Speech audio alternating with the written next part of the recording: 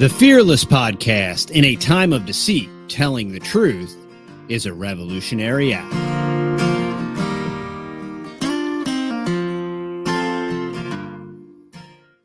All right, y'all. Welcome back to the Fearless Podcast. This is episode 40. And today I am super pumped because I have an awesome guest that I want to introduce to y'all. Many of y'all probably know him or will recognize him, but it is Colby from the Max. And hey, man.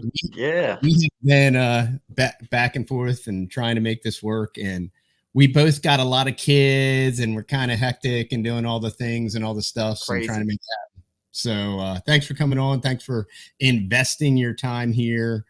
And Colby, what I wanted to do is maybe like get a little understanding of your origin story. One, because I'm not really familiar with it. We got to indirectly meet y'all at the Oklahoma Homestead Meetup maybe a couple years ago. And I think you guys are planning on, you guys are going to be back again there this year. We are. We're actually fixing to head out probably in the next few days. I'm going to spend some time up there. We're going to go to Baker Creek and then make our way back to Oklahoma. But yeah, man, we've been married for since '06. My wife and I. My wife's name is Misty. My wife is a nurse, and that's what she did. That's what she went to school for. I worked at a family business in my town. We were just growing up trying to make money and do things, I guess, the right way. We both went to public education, nothing out of the ordinary. And we started realizing people just having sicknesses and health problems and cancers. And with my wife being a nurse, she was seeing it more prevalent. I was seeing it, of course, in my daily jobs. So when we got to a point after about 2 or 3 years of our marriage, we had our first son, and now we have 6 kids. But we just realized that we wanted something different. We didn't want to be like everyone else. So we were living in town. We built this little garden, tiny little house. I mean, right now you would call it a tiny home, but it was just really just a small house. We were just getting by. We were trying to figure out what we were going to do because we knew we wanted her home. We knew we wanted to have kind of a homeschooling feel. We wanted a homesteading feel, but really didn't know how that was going to happen. So we kind of moved around. We found another home, a little bit bigger, a little bit more space. We had 2 more children, and we started this journey of just building bigger gardens, trying to be more sustainable. We're raising chickens and raising smaller animals, and we got to a point where we said, okay, it's time to bite off a little bit more. So we decided to build, and when we started to build, this was about it was about 12 years ago now. Um, we kind of took a leap of faith and bought a piece of property. It was just a old, really junk land. It was almost close to a swamps where we're at now, and we didn't have a home spot, nothing. It was just raw timber, raw wood, old cutover that's just been growing back up for about 15 years. And at this time, we had 4 kids, and a fifth was on the way. So we knew Misty at this point was working part time. I was still working full time. And people always told me when you have cows, that's one thing. Beef cows are one thing, but when you have dairy cows, you're going to be married to your farm. You'll be married to your home. You are crazy for doing it, but just remember, if you buy a milk cow, you're there every day. There's nothing you can do different. Everybody told me not to do it, but I said, you know what? If we're going to do this thing and we're going to try to clean up our diet and try to make better decisions, we need to take the next step of not only meat sustainability, not only vegetables, but let's incorporate dairy, which is going to throw a whole wide array of things. But we knew that was going to be a major undertaking, so we went on and bought a few dairy cows and jumped off in it. And then we knew we had, milk and butter and cheese, but then we still had our gardens that were growing and we were getting on bigger. Well, at this time, we were learning a lot from Joel Salatin. We were learning a lot from other people that were doing homesteading that could show us, how to do this. So we went to Polyface, we went to a few other farms and just toured how they did regenerative farming. So we started really diving in deep, reading books, learning everything we could about regenerative ag, and making sure we understand what fertilizer is, how to actually grow fertilizer, how to actually compost, how to actually build a farm that we could live off of. And so that's what we're doing today. We've been doing it for about 12 years, as in true homesteading. We raise everything on farm. Now, of course, we still go to the grocery and things like that, but all our meat from lamb to beef to, of course, our dairy. but chickens. I mean, we raise it all. Hogs. We raise a lot of pork. So we raise a lot of food, and all our meat is fully sustainable. Our gardens are fully sustainable, and we're growing probably last time I checked, it was about 12 to 15,000 square foot of home gardens. And then of course our bees, and so we're really trying to do it big, I guess.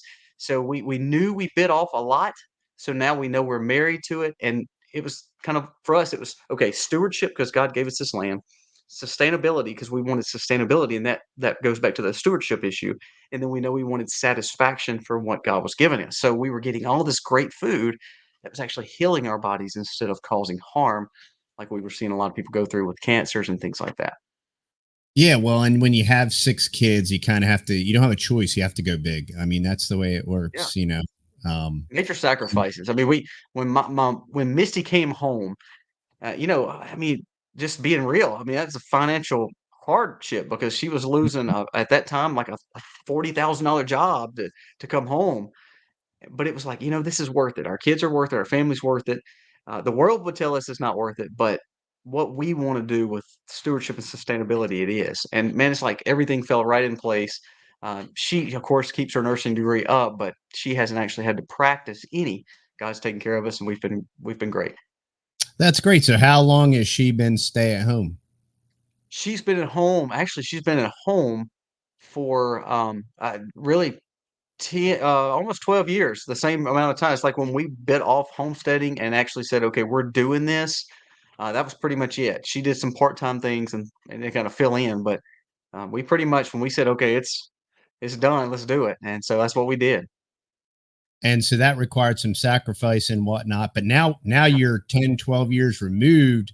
I mean, but I don't know if you know this or not, but like there's hyperinflation going on and things are getting more and more expensive. And Yeah, your wife, and you have 6 kids, and we all know, if you listen to the news and the media, like children are very expensive, right. and you can't survive on a single income.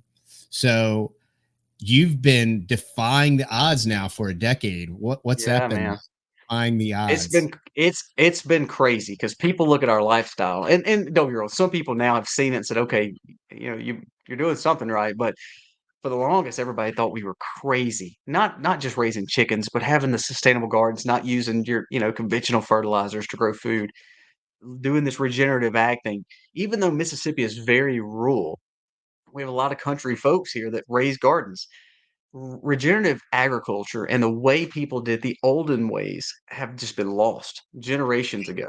So we would go in the Midwest and we would go in the Northeast and some of these areas towards Polyface and even in Ohio and all that area and in the Amish villages where people didn't lose a lot of that knowledge. But in South Mississippi, people thought we were crazy. No one milks a cow around here. Now there's two or three. We've influenced a few people around in our community, but there was just not a lot of people doing what we were doing, especially when we were saying, "Okay, we're not gonna use conventional fertilizer.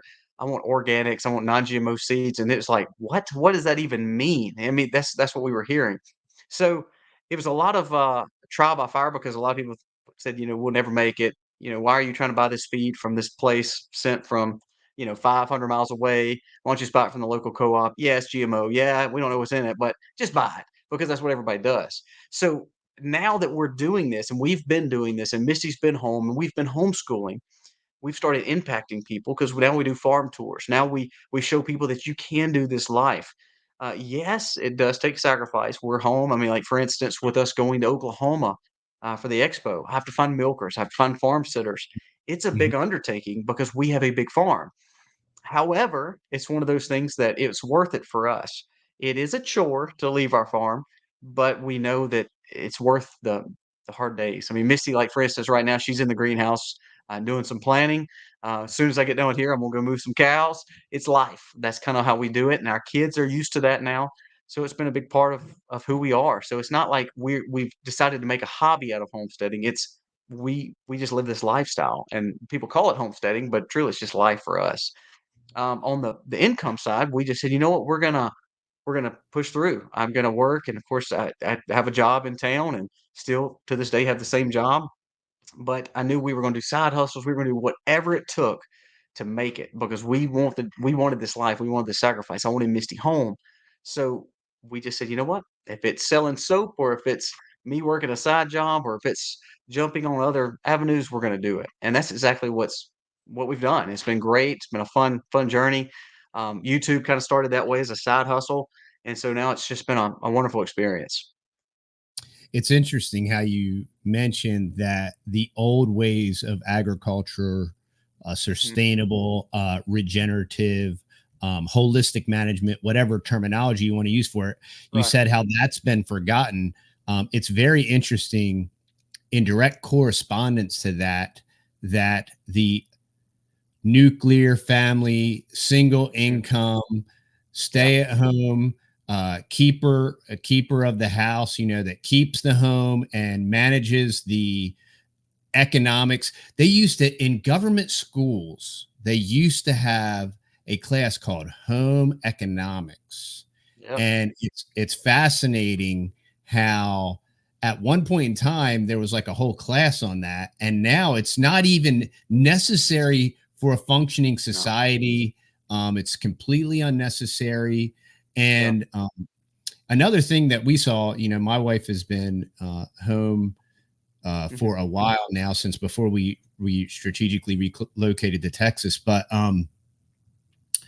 uh, before that, I was a financial planner, and Yeah. for 11 years, and we would always do income and financial analysis. And every married couple that we ever ran a financial analysis on, we could always illustrate that they would actually have more money and save more money if the Mhm. husband worked and the wife stayed at home and handled all the responsibilities there, because you wouldn't need two vehicles, you wouldn't need the extra insurance, Right. you wouldn't need the extra lunch money, you wouldn't need the daycare, you wouldn't need the school, and it's so fascinating how that entire way of life, and now we're reaping the consequences, the fruit of Dramatically. this Yeah. postmodern deconstructionism and this entire eugenics agenda to destroy our monetary system, remove the gold back standard so that everything's lost to hyperinflation, uh, basically forcing both um, man and woman into the workforce so that you have two people paying taxes now, and you're in Right. a higher tax bracket, so you're paying a larger percentage. And this was all part of, so basically what you did is similar to what we did, is you literally just turn the clock back, relatively speaking, 100 years, and in a Yeah. real way you're living a lifestyle that was the norm 100 years The ago. It norm. was, That's yeah, right. it It was was just the norm. party. Yeah. Yeah. Yeah. And it's, and how satisfying and fulfilling that is, Yeah. and the cool part of it is you are the weirdo. Right. I've always embraced that weirdo role. Like W. Clement Stone said, observe the masses and do the opposite, and Right. that's been a moniker of mine, and I've taught my children that. But so you have six kids, we have six kids. How what's the age ranges? So our age ranges are from the oldest one is supposed to be 16 all the way down to 3. So we've got Okay, them from one that's fisting to graduate and one's fisting to start, pre-K. So that's we always said great. we didn't want to be those people, but we are those people. Oh, So my you're wife all is literally going to graduate one at the same time, one starting, pre-K. So it's going to be fun time. So, but they go the, from all range. I have 2 boys and 4 girls. Again, they've kind of grown up. My 2 oldest, especially my oldest, he saw a little of our life in town and how that worked. But pretty much all our children have grown up on this farm or close to this farm in proximity, so they kind of known in his life. Like you were talking about with the nuclear family and just the breakdown of it, it starts slow. And what I've realized is most people that they have 2 parents work out of the home. I'm not decreasing that value of that at all. But what I'm saying is, it seemed like more people were happier when they lived a more simple lifestyle, and more people were fulfilled even when they were not making the incomes of 2 incomes and having the nicest cars. What we realized is the sacrifices sometimes were worth it, not just for the family, but just less stress in the home. So even though we may see families do well having a mom and dad that work out of the home and their kids in public education, they make him work. But to me, you have to work harder at trying to make sure your children are getting morals and values at the same time, great education, versus just saying, you know what, let's just do it. It's always worked. Why don't we allow homeschooling to work? Why don't we allow, good discipline, but also work on a farm and learn good skills? Work, it works. It's worked Yep. for so long. Why all of a sudden, a few years ago, we decided to change that? A few generations ago, we changed it, and then now we're wondering what happened. Well, if we just go back to where we were, we'd realize we had it right then. Yes, innovation's great. Yes, technology's great. But the breakdown of the family did not need to happen for those innovations to take place. Exactly. And I think, and everybody has a different personality.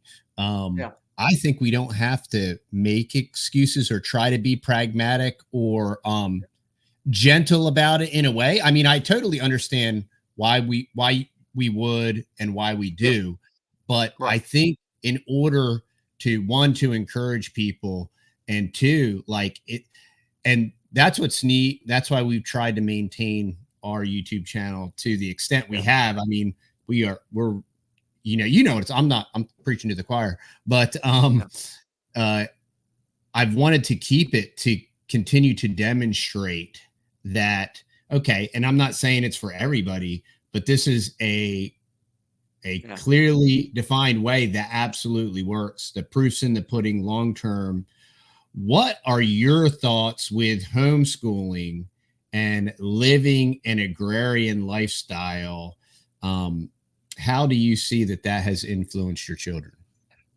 Yeah. I think home education is threadbare. I cannot say anything bad about it.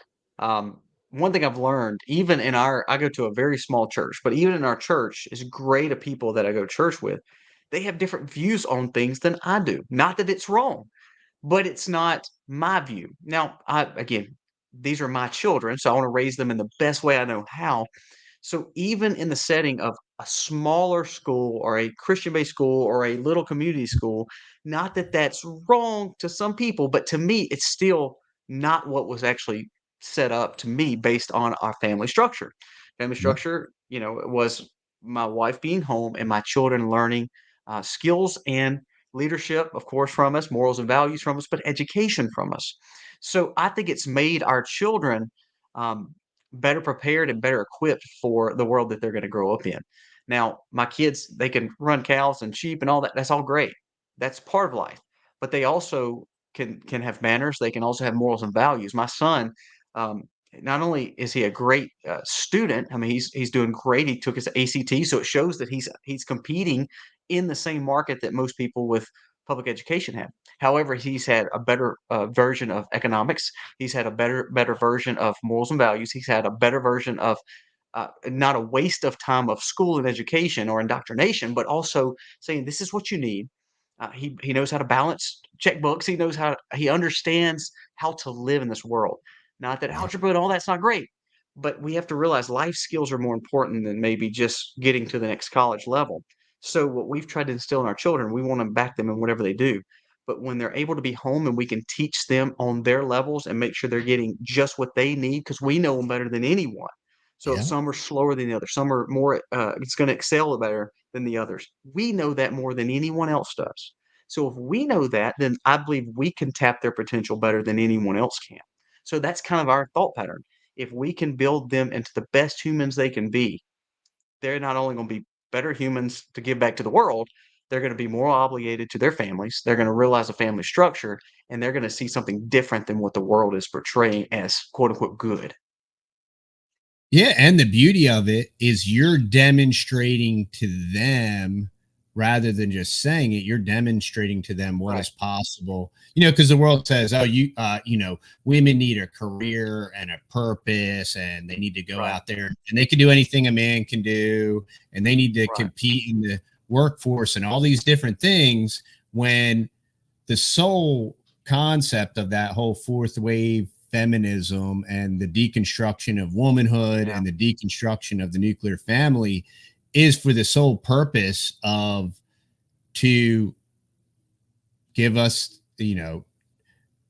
2024 a read version and a redux of 1984.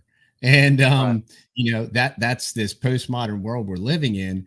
And I think it's really neat and exciting seeing what y'all are doing with how many kids. And you probably still get like, oh, you got 6 kids. Well, you know what causes that, right? Y'all need a Yeah. TV. Oh, man, yeah. We're still very unique because a lot of people don't have big families like we do. So even in, again, rural America, if you see anyone with over 4 kids in our area, they're quote unquote crazy. So for us to have Yeah. 6, it kind of blows people's mind. And then of course the homeschool blows people's mind. And then you throw the level of, milk a cow at 4 a.m. in the morning, milk 2 cows at 4 a.m. It just blows people's mind that we live this way. But I think the more and more people see it and see that it's a lifestyle that is attainable, the more people are realizing, it may actually work. This may be what we need. Not, we need a revival back to where we were compared to some new reset of where we're going because it's Yeah. not getting us anywhere. I mean, what have we really learned over the last 20 or 30 years? My Mm. wife would tell you her best accomplishment, greatest accomplishment, of course, is her relationship with Christ, but her being a wife and her being a mother. I mean, that's what she would say. It wouldn't be her nursing degree. That would be way on down the low. So she realizes that. And I think when you have a husband and wife that realize our places in our marriage, it's a big deal, a real big Yeah. deal. Yeah, it's awesome. So how many acres are y'all on? We're actually on about 42 acres sits right here where our home is. We just bought an off-grid property that's a little bit further down the road from us, about another 15 or 20 acres there. But just on our homestead, it's 40 acres. We have a lake and then we have some pines. We homestead probably about 26, 27 acres of that, and the Okay. rest is some trees and some other land that we're not utilizing right now. So how many critters and what kind of critters are you running? So we raise for our fertilization and for small animals, we raise rabbits and we raise chickens, layers, and some form of meat birds too. So we're raising smaller animals. Those are the ones that's giving us our fertilization, but also as a meat source and provides some income with eggs and with bunnies and things like that. Then we have dairy cows and beef cows. We run a set of Herefords beef cows. We love them. They've been a great breed for us. Very good for our lands. We have 2 Jersey mamas and also a Holstein mama that we're milking. So we milk those 3 cows. We have some Katahdin sheep. So we just had ewes, but we have about 7 of those. We have 1 ram, and we just had some new little lambs, all ewes, which was great. We've got some bee apiaries. We have hogs. Hogs are probably one of our biggest staples here. We raise about 4 or 5 litters a year. We're raising American Guinea hog for lard hogs, and then we're raising a commercial breed such as American Berkshire or Yorkshire. Both of those we're raising. So we're raising a whole mess load of those, and we're trying to process all that on farm as we go too. So far, it's been great. I love we're able to deer hunt on our property. We're able, of course, to fish on our property. So we also have the wild game. It's a big part of it. It's fun for the kids. So it's fun, man. We're having a blast doing it. So with all those critters and a day job off farm, and I obviously Misty's doing a lot of lifting there on the farm as well. Right. How possible do you think the current farm and the way that it's functioning, how possible do you think it would be for y'all to have that without the children participating? We're participating some, but we actually built it to a point where it would not consume their life or consume our life. So everything that we've done, we've tried to be as good with it as possible. So, for instance, where my sheep go, they tend to work and rotate around the pond, so I'm not having to bush hog around the pond. They tend to go into the pond, so I don't have to bush hog and do work under the ponds. My cattle, they were rotating them heavy, so we're not having to take a whole day or two to treat them or do any kind of testing to them. Our chickens are working our gardens. So we're allowing our animals not to just be a part of the farm, but to actually work the farm. So that's a big thing. Our bees, of course, we plant a lot of for pollination and things like that. The kids do contribute, but we don't want it to be a burden to a point where they learn to hate it. We want it to be a lifestyle. They understand it. Actually, just a second ago, one of my kids were going out to. We had a little lamb that didn't take to its mama, so They were bottle feeding it so they can enjoy that part of the farm. We don't want to ever make it look like they're having to, get up at 4 a.m. with me every day and go to bed at 10 o'clock every night, but they are a part of it. It is attainable. Now, I'm a workaholic. I'm not going to lie. I probably to my, demise, but I usually can get up and do 2 or 3 hours worth of farm work prior to me going. I usually take off a day a week, and then after in the afternoon to come home and move hay and those kind of things. So we maintain it. Misty does a lot with the gardens, and then we work together on the day off that I'm there. If it's heavy lifting, of course, my son can handle any animal on the farm. My girls collect eggs, so they're a part of it, but it's Mhm.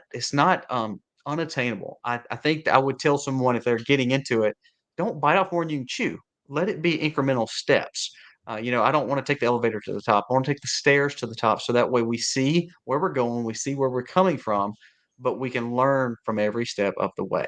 And so that's what we've kind of done. We didn't want to bite off more than we could chew. We incrementally got bigger, and that helped us not be overwhelmed with too much. Now, again, you could probably say it's too much for sure, but it's attainable, and we can do it, and we love it.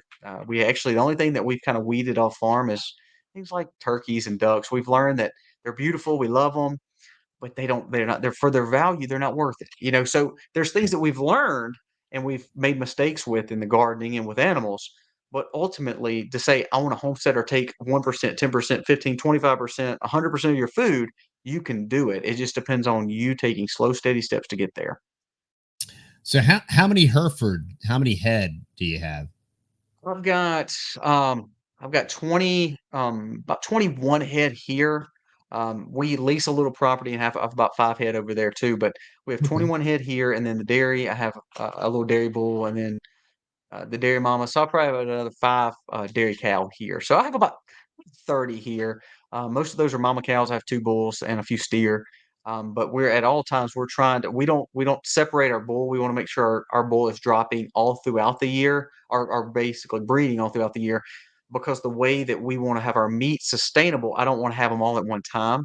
So Right. we don't ever pull our bull out unless there's a reason. But pretty much our bull is with our mamas at all times. So I'm dropping babies throughout the year. Now, I know a lot of people don't like that, but for me being sustainable and having a farm and growing meat slowly because we're not putting them in a feedlot, I need steers and need cows producing all throughout the year and not just dropping at one time. Because I'm not going to fill up 100 100 pounds here, 100, and do, 3,000, 4,000 pounds worth of beef at one time. I'd rather have 1,000 here, 1,000 here, 1,000 here, and go throughout the year. So that way it makes sure that my meat is going along. And, when it's on hoof, walking out in the pasture, it's not costing me to put it in the freezer or not costing me to put it on the shelf. It's literally just walking around. And when we need it, it's there for us. Speaking of that, is feeding the cows. Do you ever have to bring in hay? We have at least three different places that we cut hay on. None of them are fertilized, so we that's been hard for us to find. But every bit of our hay fields are non-sprayed, non-herbicide, non-fertilized. Most people would consider it junk hay or crap hay, but for us, it's exactly what we want. So we if even in the droughts, we find low areas, places that people don't want because we want that grass growing naturally, and so far, it's been great. We've never ran out of hay. We've never had to buy from any provider other than the ones that we're already getting from. Some is close to me. I cut some of our fields here for hay, but then I have two other fields that we contract out and have leased for years. And so far, that relationship's worked out really good. He wants it cut, so he could care less, Yeah. and he doesn't want it sprayed either. So it works out in a very good way that I can have unsprayed, Oh, that unherbicide is hay, and it's that's pure huge. natural. So Because that's always our challenge. We're probably going to switch to Herefords. We had Longhorn, yeah, and we wanted to have a fattier meat, so we started switching yeah. over. And we have a low line Hereford bull, and he's got some killer Mhm. genetics. And we're probably going to end up switching to Herefords. We keep going back and forth and been doing a lot of research. But our We love them. the biggest catch is always the hay, like, and being able to source it and stack it. And, because we're looking for the same thing. We don't want it to be either Roundup or Gray Zone or whatever. And Right. that's always our challenge. That's an incredible blessing to have those Yes. resources.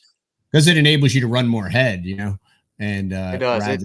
We can get our fields. I share it with a family member of mine, but we're usually getting around 150 to 200 bales off one field, and then we're getting another 20 or 30 on another. So it's everything that we're needing. Even in this drought this last year, we lost about 30 bales basically when it all came down to it, but still had plenty of hay. I mean, we probably have about 15 going into the spring right now, so we're okay. We're doing great. And it was a blessing because we were sweating it a little bit this last year because we had I mean, we lost pine. I mean, we've lost major thickets of pine. So we lost the first cutting. Really, we didn't get a true first cutting. So our second cutting became just one cut. I mean, that's it. So we didn't have a true first cutting and a second cutting. We just had one main cutting, and of course, didn't get a third. So we got what we could, and it actually still prevailed. It's great. That's great. So, okay, so you've been on YouTube and you know, you guys speak at events and different things and you Yeah. do farm tours. So,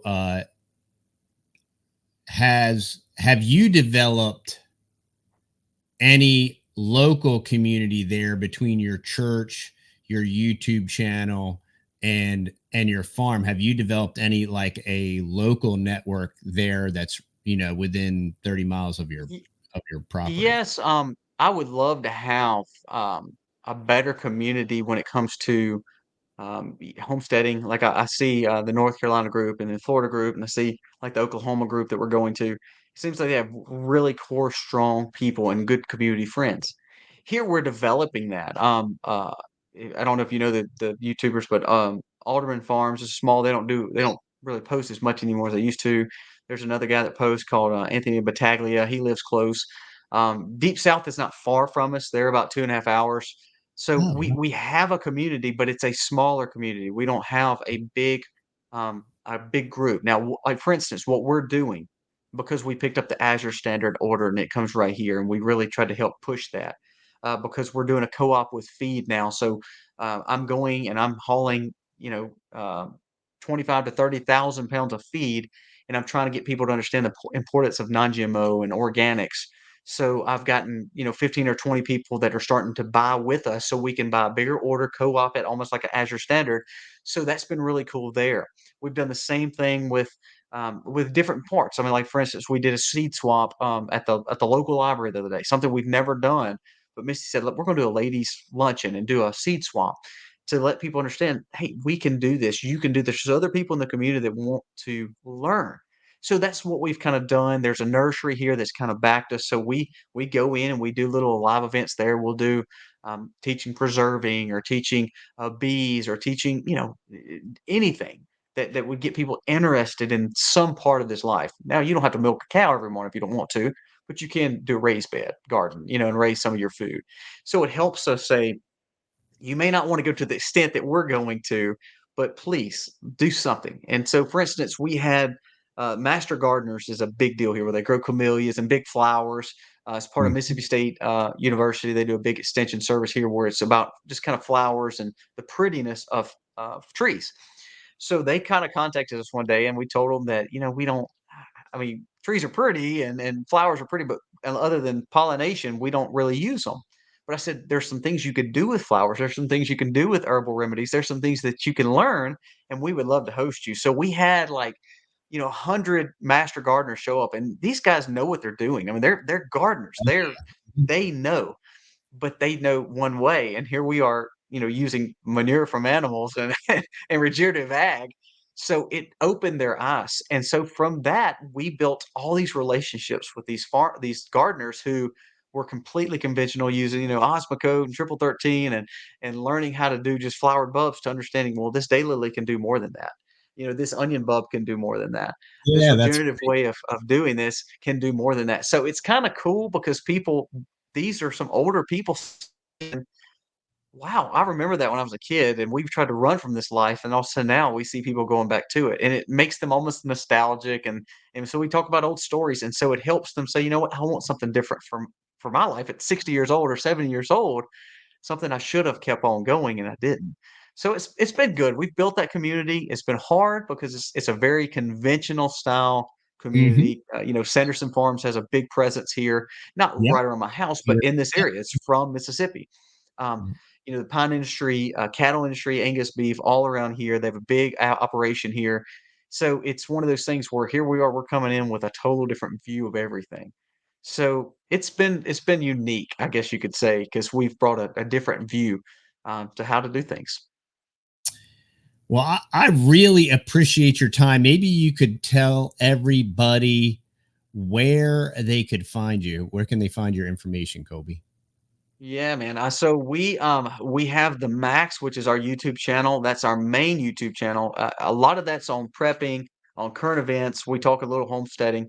Then we have our secondary channel, the Max Life. That's where my wife and the kids are a little bit more. It's a smaller channel we started, and it talks a little bit more about the gardening side and the homesteading side. So we have two channels that kind of coexist. The Max channel has had some hiccups and fun times on YouTube, of course, but Mhm. that's where most people will find us at. I mean, we have a Twitter handle, the Colby Mag, but I don't do too much on Twitter. Mostly it's just YouTube. So Great. So, as we wrap up, is there any final words or final thoughts that you want to leave with the listener? I want people to realize that they can do it. You know, I have a lot of friends who have they're full-time homesteaders, and so what people will come in and say, well, I can't garden, or I can't homestead, or I can't do go market gardens because I have to work and provide for our family. So we want to try to say, don't try to make an excuse. Just try to do what you can. So if you could just do 1% better, 10% better, please try to do that. If it's just raising eggs or just raising raised gardens, I had a elder couple out here yesterday, and they were looking at raised beds and how to develop raised beds. And here, a couple who's never grown anything in their life at 72 years old is trying to figure out how to grow tomatoes. That's encouraging because people are saying, you know what, we know our food system's broke, and Yeah. if we're not careful, then we're going to have that lost generation of just dependency on the government to provide our food. So what we've come in and said, look, I work a full-time job. We have 6 kids. We homestead. We homeschool. None of that's to show that we can do it and brag about it. It's to show that it can be done and accomplished if you just put your will and heart to it. You can do it. So our thing is again stewardship, sustainability. Through that, we get satisfaction. And if we can teach those three things to everybody we run into in some form or way, we call that success. I love it. That is awesome. And that's why I wanted to have you on. You guys Yeah, are the man. real deal. You're doing it in real time. And just like you said, I think we need to illustrate what is possible. And Absolutely. you do it a little bit at a time. I mean, we've been doing it for 10 years now. And we didn't do it all at once. It didn't happen overnight. There's been Right. lots of try, fail, and adjust all along the way, but we are daily getting closer to our goal.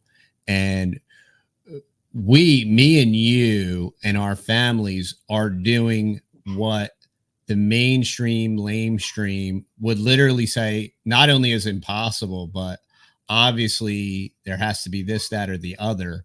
And so Yeah. we want to continue to demonstrate that, just to encourage people, to show them Yep. what is possible.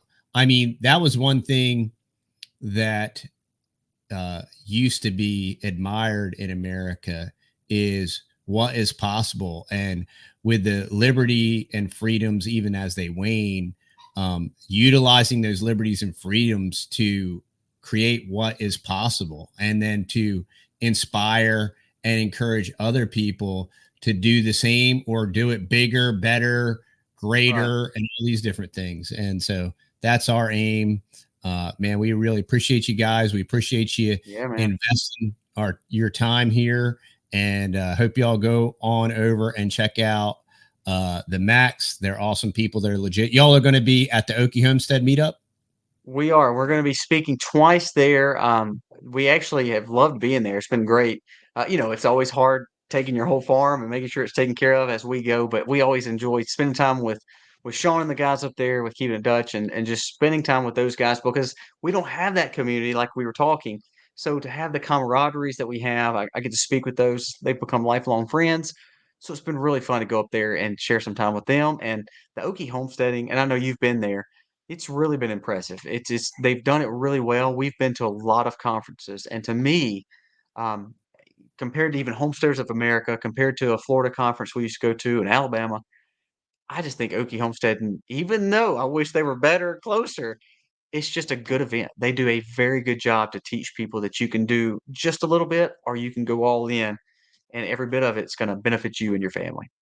What's the date of the Oki Homestead meetup? It's actually have it right here in front of me. It is gonna be Friday, next Friday, which is the 22nd and 23rd. So we've gotta go up the day before, and get ready for it and put a booth out. We'll be there, and we're gonna have some soap and shirts and like that stuff to sell, but then we're gonna be speaking on Friday and Saturday, and, we'd love to meet whomever is gonna be there. Great. I don't know if we're going to be able to make it or not, but yeah, it's incredibly professional. I was very It impressed. is. I like everything that Sean has done, man. Sean's a great They've guy. done a good job. They really Yeah, have. it's excellent, and it's very nice facility, It and is. tons of real quality knowledge, great speakers, really good stuff. Mhm. And yeah, and if we get, I'm trying to think of our schedule, but maybe we'll see up there. Yeah, man, come on up, see us, and we'll spend some time together. All right, y'all. Well, in closing, I just want to remind you of one thing. Stay fearless, my friends. Yeah.